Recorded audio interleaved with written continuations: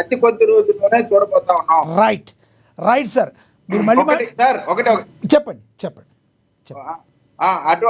అటువంటి ఇప్పుడు ఏ విధంగా అయినా సరే ఇప్పుడు వీళ్ళ ఎజెండా వైఎస్ఆర్ కాంగ్రెస్ పార్టీది కాపుల్లో చీలికి తేవాలనేటువంటిది ప్రధానమైన ఎజెండాగా కనపడతా ఉంది. మొన్న ఆశా కిరణ్ గారి మీటింగ్ సందర్భంగా వారు చేసినటువంటి రాజకీయానికి అయితేనేమి, ఈ రోజున రాధాబాబు చేసినటువంటి వారి ఈ క్రీడలు అయితే ఇవన్నీ చూస్తా ఉంటే ఖచ్చితంగా దీని వెనక దీని ముందు మొత్తం కూడా YSR Congress party social media వాళ్ళే ఉన్నారు అనేటువంటి క్లియర్ గా. అవును సార్, అవతల వాళ్ళకి రాజకీయం చేసే అవకాశం మీరు ఎందుకు ఇస్తున్నారు? ఆ రాజకీయం చేసే అవకాశం ఇవ్వకుండా ఉండాలి కదా మీరు కూడా.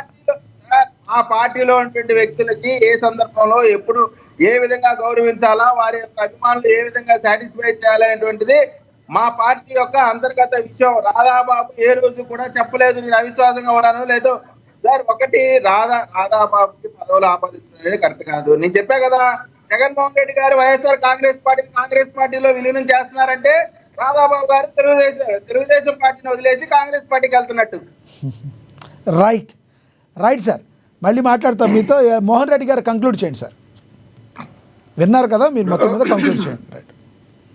విజయ్ కిరణ్ గారు, లక్ష్మీకాంత్ మన సోదరుడు కూడా అదే మాట మాట్లాడినప్పుడు ఏమన్నారంటే, ఆయన విగ్రహావిష్కరణ పోతుంటే జగన్మోహన్ రెడ్డి గారు వద్దన్నారు అంటున్నారు. అంటే విగ్రహావిష్కరణ విషయం ఏంటంటే, ఏ నియోజకవర్గానికి వెళ్ళినా, ఏ నియోజకవర్గంలో ఏ కార్యక్రమం చేయాలనుకున్నా ఒక పార్టీలో ఉన్నటువంటి వ్యక్తులు ఆ ప్రాంతంలో ఉన్నటువంటి నియోజకవర్గ ఇన్ఛార్జితో సంప్రదించవలసిన బాధ్యత ప్రతి ఒక్కరికి ఉంది. అది స్టేట్ లెవెల్ లీడర్ ఎవరైనా కావచ్చు. ఈయన రాష్ట్ర నాయకుడే, ఎవరు రాధా గారు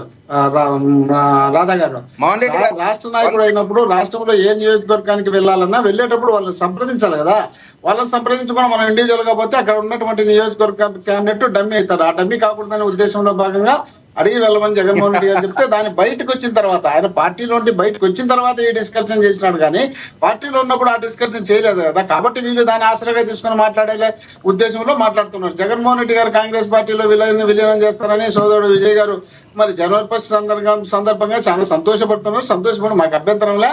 కానీ జగన్మోహన్ రెడ్డి గారు కాంగ్రెస్ పార్టీ నుండి ఇట్లా పీకి వచ్చినాడు. రాష్ట్రంలోను కేంద్రంలోను 2 చోట్ల అధికారం ఉన్నప్పుడు మీ అధికారం దీంతో సమానం అన్నట్టు వచ్చినాడు. ఆయన వచ్చిన తర్వాత అప్పటి నుండి ఇప్పటి వరకు కనీసం వాళ్ళు ఎదురుపన్న కూడా మాట్లాడించే జగన్మోహన్ రెడ్డి గారు లేరు. కానీ వీళ్ళు ఇష్టం వచ్చినట్టు, వీళ్ళకి కావాల్సినట్టు వీళ్ళు వలుచుకోవడానికి వీళ్ళ ప్రయత్నాలు చేస్తున్నారు. అదే విధంగా రాధా గారికి చెప్తున్నారు.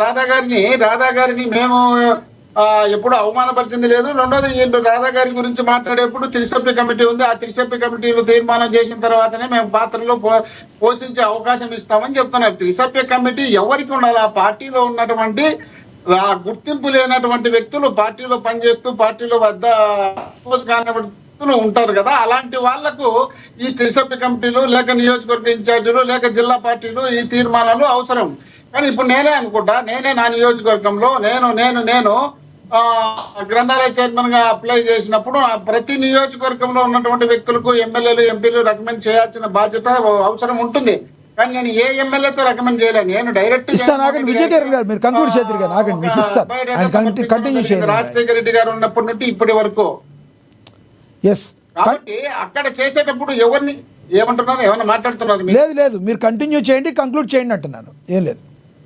అదే ఉన్నంత వరకు ఇప్పటి వరకు కూడా ఇప్పుడు నాకు రాష్ట్ర కమిటీలో కానీ లేక నాకు నియోజకవర్గాలకు పరిశీలకుడుగా ఇచ్చిన దాంట్లో కానీ ఏ నాయకుడు రికమెండేషన్ నాకు చేయలే. అంటే కొందరికి కొంత స్థానాన్ని గౌరవించి ఇవ్వాల్సిన బాధ్యత ఉంటుంది. వంగవీటి రంగా గారు అంటే రాష్ట్రం కాదు దేశంలో 110% అలాంటి వ్యక్తి కొడుకు రాధా గారు. ఆ రాధా గారికి సంబంధించినటువంటి నా ఎమ్మెల్సీ, ఆఫ్టర్ ఆల్ ఒక ఎమ్మెల్సీ ఇచ్చేదానికి కూడా మీరు త్రిసభ్య కమిటీ ఉంది, 4 సభ్య కమిటీ ఉంది, ఆయనకి ఎప్పుడో ఇస్తాము, 4 ఏళ్ల తర్వాత ఇస్తాము, ఎలక్షన్ అయిపోయిన తర్వాత ఇస్తాము, ఏమన్నా అర్థమైనా మాట్లాడేదానికి అర్థం. కానీ సార్, మోహన్ రెడ్డి గారు చాలా మంది అడుగుతున్నారు, ఈ ప్రేమ మీకు 5 ఏళ్లలో ఉండుంటే ఇంత జరిగేది కాదేమో అంటున్నారు. 5 ఏళ్లలో ఎందుకు లేదు ఈ ప్రేమ మీకు? అయ్యా దొరా, పార్టీలో 19లో ఎన్నికల సందర్భంగా మేము ఆయనకు చెప్పడం జరిగింది. మా నాయకుడు జగన్మోహన్ రెడ్డి గారు, నువ్వు నీ నియోజకవర్గం ఎంచుకున్నటువంటి తూర్పు నియోజకవర్గం ఏదో అక్కడ ఓడిపోయే పరిస్థితి ఉంది, నువ్వు ఓడిపోకూడదు, మీ కుటుంబం మాకు కావాల్సినటువంటి కుటుంబం, నీకు సైలెంట్ గా ఎన్నికల ప్రచారం చేయి, నీకు కావాలంటే మా ఎమ్మెల్సీ ఇచ్చి మంత్రి పదవి ఇస్తానని చెప్పినాడు లేదా? ఎంపీగా పోతానంటే చెప్పు, మచిలీపట్నం పంపిస్తానని చెప్పి ఆ రోజే ఇప్పుడు చెప్పినానని టీడీపీ చెప్పి కూడా అలానే ఏదో ఒకటి చెప్తుందేమో ఆయనకు మేము అనుకోవచ్చు కదా, ఎందుకు ఆయన తగ్గించలేదు. బయటకు వచ్చేస్తున్నారు అంటున్నారు మీరు. ఇప్పుడు ఎందుకు కాదు టీడీపీ కూడా ఆయన